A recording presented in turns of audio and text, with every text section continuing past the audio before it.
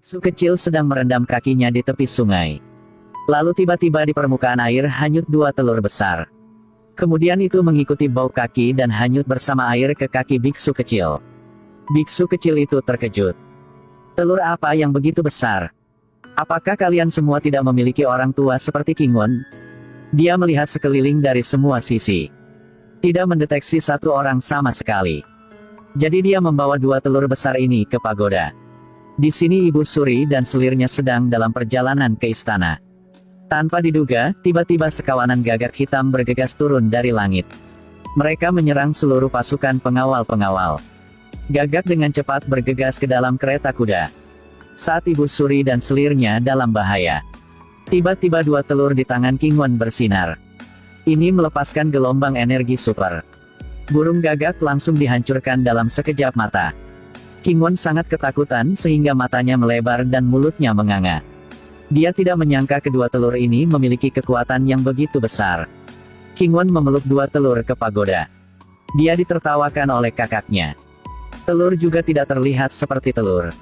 Batu itu bahkan tidak terlihat seperti batu. Hanya Anda yang bisa menganggapnya sebagai harta karun dan membawanya kembali. Kingwon tidak peduli. Kecintaan pada telur masih tak henti-hentinya.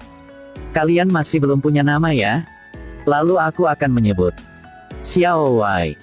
Xiao Wei. Malam itu, Kingwon memeluk dua telur di pangkuannya. Dia juga mengatakan bahwa dia pasti akan menemukan orang tua untuk mereka. Hanya orang bodoh yang berbicara dengan batu. Hari itu, Kingwon kembali ke pagoda setelah bekerja. Tetapi menemukan bahwa dua telur telah menghilang. Dia bergegas untuk bertanya kepada kakaknya. Dua telur yang saya taruh di sana, di mana mereka sekarang? Sungguh itu dua batu robek. Jadi ketika saya membersihkan, saya telah menyuruh untuk membuangnya. Sudah membuangnya?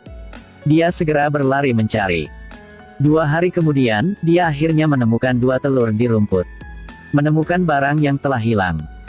Kingwon langsung senang dan meneteskan air mata. Hari demi hari. Dua telur tidak memiliki celah di cangkangnya.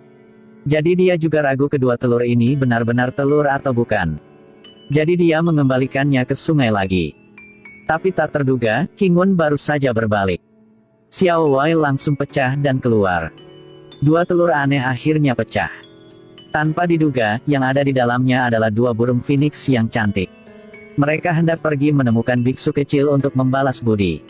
Ketika mereka menemukan seseorang di jalan, mereka segera berlari ke depan.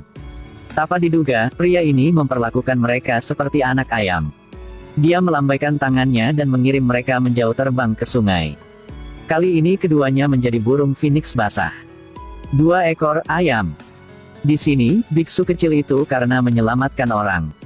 Secara tidak sengaja telah melukai sang putri. Untungnya, sang putri hanya terluka di kulit. Ibu Suri tahu ini langsung menjadi marah. Apakah dia melukai sang putri seperti ini? Langsung pemenggalan tidak perlu kontroversi. Untungnya, Dewa Agung di istana menghentikannya tepat waktu. Dia sama sekali tidak bisa menduga. Biksu kecil itu dan dia memiliki garis keturunan yang sama. Malam itu Kingwon harus menderita kelaparan dan kedinginan. Di jendela penjara tiba-tiba muncul dua burung phoenix. Mereka akhirnya menemukan dermawan mereka. Ibu Suri di sini berguling-guling dan tidak bisa tidur. Tiba-tiba dia mendengar suara ketukan. Dia membalikkan wajahnya. Hanya melihat sebuah tangan berdarah terulur di depannya. Ibu Suri segera bangun. Ternyata itu hanya mimpi buruk. Karena hal ini, dia menganggap Kingwon sebagai vampir biksu. Kingwon bangun karena terlalu lapar. Dia terkejut menemukan bahwa dia ditutupi dengan selimut tebal. Ada juga sekotak makanan di sampingnya. Ketika dia membuka tutupnya, tidak menyangka ada hidangan sarapan segar di dalamnya. Dia langsung makan untuk makan, belum selesai mengunyah, langsung ditelan. Sungguh, sepotong saat lapar sama baiknya dengan satu paket saat kenyang. Pada saat ini, Ibu Suri menemukan bahwa ada jejak kaki ayam di tempat tidur. Siapa yang membiarkan ayam masuk ke sini? Dayang buru-buru berlari untuk menyelidiki. Kembali ke Ibu Suri, dia mengatakan tidak ada yang hilang. Hanya kehilangan sekotak kue sarapan dan selimut. Keesokan harinya, sang ratu mengetahui bahwa barang-barang yang hilang semuanya ada di penjara. Jadi dia pribadi pergi ke penjara. Tetapi ketika dia melihat biksu kecil itu tidur nyenyak, sejenak terpana oleh penampilannya yang tampan. Tidak bisa menahan dirinya dan tersenyum lembut.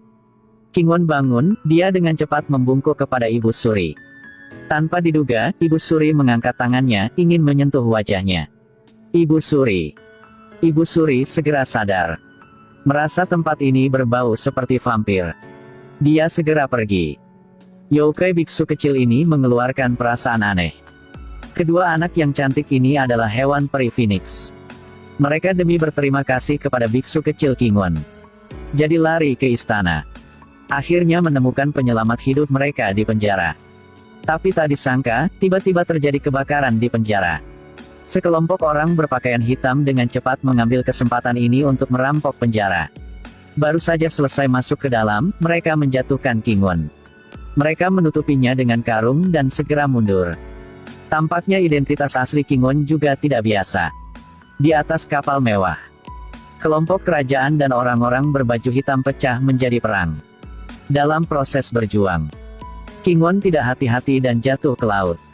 Dia dengan cepat meraih tali tambat kapal untuk mempertahankan hidupnya. Tetapi karena air laut terlalu dingin, sedangkan kekuatannya perlahan menurun, segera tenggelam dalam air dalam. Pada saat bahaya, kedua Phoenix muncul tepat waktu. Mereka menggunakan semua kekuatan mereka, menyelamatkan dermawannya ke darat. Mereka sangat lelah sehingga mereka terkesiap. King Won bertanya kepada biara kepala pagoda tentang identitas aslinya. Kepala biara pagoda mengatakan dia diambil pulang. Satu-satunya petunjuk adalah popok berharga yang melilitnya saat itu, bersama dengan surat tanpa tulisan. Sejak itu, King Won telah memulai perjalanan untuk menemukan orang kerabatnya. Biksu kecil itu mencukur kepalanya, tetapi sekarang dia telah kembali ke dunia biasa. Dia akhirnya mengetahui bahwa dia adalah putra Ibu Suri. Saya biksu kecil ini adalah putra Ibu Suri. Demi menyelamatkan orang, mereka terkunci di dalam makam tanpa jalan keluar. Ibu Suri berdiri di luar makam dengan niat untuk menghiri.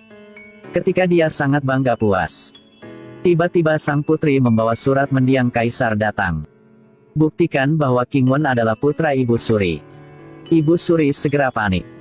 Dia ingat perasaan akrab ketika dia pertama kali bertemu King Won. Semua punya jawaban. Dia untuk sementara menjadi lemas di anggota tubuhnya. Ini adalah tulisan mendiang kaisar. King Won adalah pangeran saya. Dia adalah penerus sejati dalam kita. Cepatlah untuk menggalinya untuk saya. Cepat gali Huang Ling keluar untuk saya.